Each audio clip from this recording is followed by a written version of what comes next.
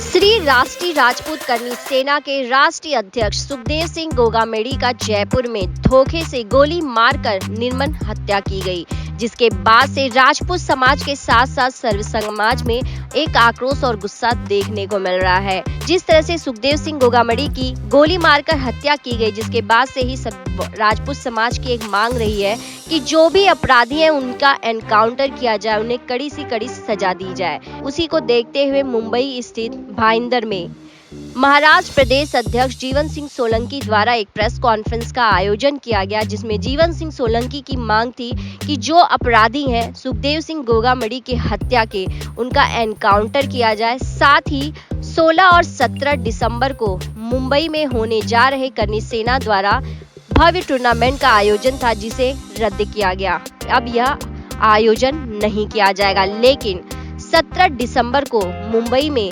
सुखदेव सिंह गोगामेडी की हत्या के बाद एक श्रद्धांजलि सभा का आयोजन किया गया है, जिसमें सभी को जीवन सिंह सोलंकी ने आमंत्रित किया है कि वह वहां पर पहुंचे और दादा सुखदेव सिंह गोगामेडी को श्रद्धांजलि अर्पित करें। इसके साथ ही और क्या कुछ कहना था मौजूद जीवन सोलंकी, आराधना सोलंकी और साथ ही धर्मेश जोशी का। देखिए मुंबई की यह खास रिपोर्ट। मैं अभी जस्ट मुंबई पहुंचा हूँ उस चीज़ से, और वहाँ दाह संस्कार होने के बाद हमारे दादा के साथ जो सुखदेव दादा के साथ जो गद्दारों ने धोखा देकर जो हत्या की है, सरकार कार्रवाई कर रही है। लेकिन जो पिछली सरकार थी कांग्रेस, उनकी सबसे बड़ी गलतियाँ थी, क्योंकि हम 2 साल से सुरक्षा मांग रहे थे दादा के लिए। हमने हर जगह आवेदन पत्र दिया, कलेक्टर, SDM, लेकिन सुरक्षा नहीं दी गई। उसी की चूक के कारण ये सब चीज़ें हुई है। और आज 72 घंटे जो पुलिस ने अल्टीमेटम दिया था, हमने उनको कहा था और उन्होंने हमको विश्वास में लेके बोला था कि 72 घंटे के अंदर आरोपियों को गिरफ्तार करके हम दिखाएंगे। लेकिन अभी 10 बजे, आज रात 10 बजे तक गिरफ्तार होते कि नहीं होते वो बाद में देखेंगे। अगर ऐसा नहीं होता है तो कर्णी सेना पूरे भारत में उग्र आंदोलन करेगी, और अगर जयपुर में कुछ करना पड़ा तो यहाँ से महाराष्ट्र से हम हज़ारों की संख्या में जाकर जयपुर में धरने पे बैठेंगे राजस्थान के टीम के साथ। आपने जो मेरा भाईंदर में जो कार्यकर्ताओं को जो कर्णी सेना से जुड़े हुए उनके लिए कुछ मीटिंग रखा है, क्या है, क्या प्लान बना रहे हैं? हाँ, मैं उसी की चर्चा के लिए भी सबको बुलाया था। हमारे सब कैप्टन और पूरे कार्यकर्ता पदाधिकारी हैं कि हमारे दादा के साथ इस तरह की ये घटना हुई और राजपूत समाज में सबसे बड़ी क्षति हुई है। और राजपूत समाज का सबसे बड़ा योद्धा जो सनातन धर्म को बचाने वाले और सनातन धर्म के लिए लड़ने वाले हमारे दादा थे, और 36 कौम के लिए वो हमेशा खड़े रहते थे, चाहे कोई भी जाति का हो। अगर उनको कोई भी फ़ोन किया कि हमारे साथ ये तकलीफ़ है और हमारे को कोई सपोर्ट नहीं कर रहा है, तो हमारे सुखदेव दादा हमेशा खड़े रहते थे, और उन्होंने हमें वही सिखाया। और इसीलिए मैंने क्रिकेट टूर्नामेंट सबकी सहमति से वो रद्द किया है और आगे पोस्टपोन किया। जब भी हमको आगे की डेट मिलेगी ऊपर से, राष्ट्रीय कार्यालय से, हम आगे टूर्नामेंट करेंगे।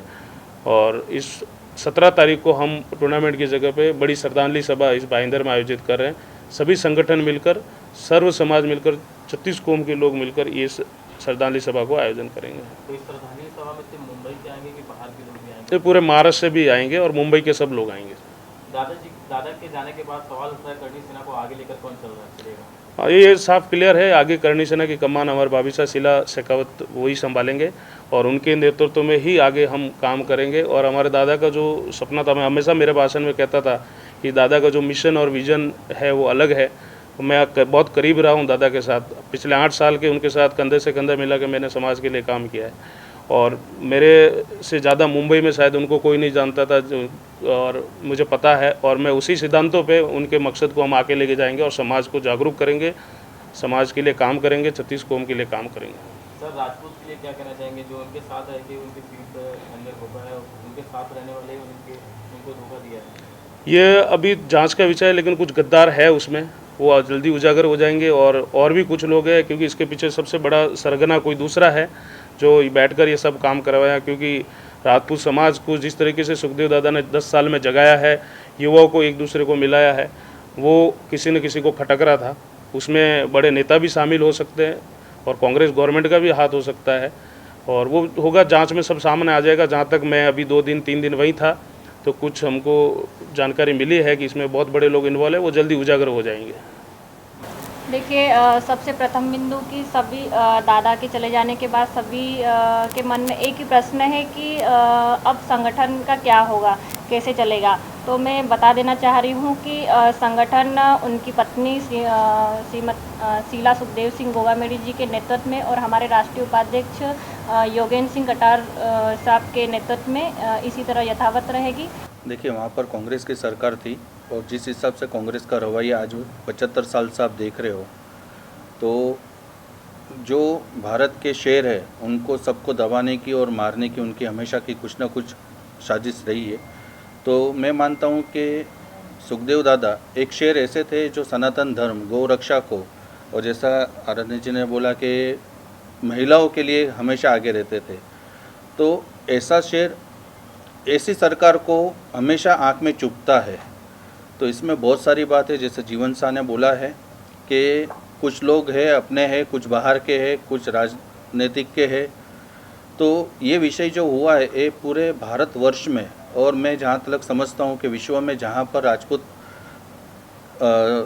लोग हैं और दूसरे भी लोग, जो मैंने एक दो जन से बात की वहाँ पर उदयपुर में, तो ब्राह्मण समाज भी साथ में जुड़ा हुआ है। यानी कोई ऐसा नहीं है कि भाई ये जो हत्या हुई है इसका संक्षेप में पूरा इसका हल निकालेंगे, और वहाँ पर अभी भाजपा की सरकार भी बन रही है। तो मुझे ये लगता है, देखिए मैं कोई पार्टी विशेष की बात नहीं कर रहा हूँ, मगर न्याय अगर होना है तो भाजपा सरकार में होगा, क्योंकि जो सरकार वहाँ पर थी उसका ये कुछ हम देख रहे न्यूज़ वगैरह में नाम आ रहा है। तो ये बहुत सारी गलत चीज़ है। और आप शायद अभी देख रहे हो कि यहाँ पर कितने लोग सुखदेव दादा बन के बैठे हैं, और आपने देखा होगा कि पूरे राजस्थान में कितने सुखदेव दादा है, वो गए नहीं हैं, यहीं के यहीं है। और ये दुखद घटना के ऊपर मैं आने वाली सरकार से बोलता हूँ, एक अपील करता हूँ कि भाई वो चीज़ का जो आरोपी है उनसे कड़ी से कड़ी सज़ा दे, और इसके पीछे जो सरगना है वो वहाँ तक पहुँच के उनको न्याय दे दादा को हमारे। मैं गोगामेड़ी जी की आत्मा के लिए शांति के लिए अपील करता हूँ, और सभी से कहना चाहता हूँ कि सुखदेव सिंह जी गोगामेड़ी एक ऐसे व्यक्ति थे जिन्होंने सिर्फ राजपूतों को नहीं जगाया, छत्तीसी कौम को जगाया, छत्तीसी कौम के लिए काम किया है। हर उस व्यक्ति का विरोध किया है जिन्होंने हमारे सनातन धर्म का प्रति उन्होंने उंगली उठाई है या हमारे इतिहास के साथ छेड़छाड़ किया है। आज कन्हैयालाल का कांड ले लो, क्षत्रिय बिल्कुल नहीं थे लेकिन फिर भी उनकी आवाज़ उठाई, उनके लिए सबसे प्रथम आवाज़ उठाई। और मैं कहूँगा सबसे सेंसिटिव जो मुद्दे होते, जिस मुद्दों को लोग कहने के लिए डरते, आगे आने के लिए डरते, उसमें सबसे पहले अगर किसी की आवाज़ उठती है, मैं आवाज़ ही नहीं कहूँगा, मैं दहाड़ उठती है, तो वो सुखदेव सिंह जी गोगामेड़ी की उठती थी। आज उनकी पीठ पे खंजर घोंपा गया है। लोग कहते हैं उनके घर में घुस के उनको मारा गया है, घर में घुस के कायरतापूर्वक उनको मारा गया है। अब देखो, उस वक्त उनकी हत्या की है जिस वक्त ना तो उनके पास कोई गनमैन था, ना उनके पास कोई हथियार थे। सारे इलेक्शन की वजह से सारे वो हथियार जो थे वो जमा हुए थे, और ना उनके कोई बॉडीगार्ड थे। अंदरूनी लोगों का कहना है, हमारा भी मानना है कि इसमें राजनीतिक हाथ है, कुछ आपसी लोगों का हाथ है, क्योंकि कहते हैं ना, वो एक ऐसा शेर था कि उनको कोई बाहर का व्यक्ति हाथ भी नहीं लगा सकता था। ये तो कोई अंदरूनी व्यक्ति था जिन्होंने उनको धोखे से मारा है। जल्दी ही इसकी पुष्टि होगी, और करनी सेना इसी प्रकार से आगे बिल्कुल चलती रहेगी। उनका सपना था कि मैं रहूं ना रहूं, करनी सेना बिल्कुल रहेगी, इसी प्रकार से चलती रहेगी। और सुखदेव सिंह गोगामेड़ी ज़रूर गए हैं, लेकिन हज़ारों की संख्या में सुखदेव सिंह गोगामेड़ी आज भी करनी सेना में मौजूद है। और जहाँ कहीं भी कुछ भी गलत होगा तो वहाँ करनी सेना इसी प्रकार से उग्र आंदोलन करेगी, और करनी सेना का साथ और समर्थन देने के लिए छत्तीसी कौम उनके साथ कंधे से कंधा मिला के खड़े हैं, खड़े थे, खड़े हैं और खड़े रहेंगे।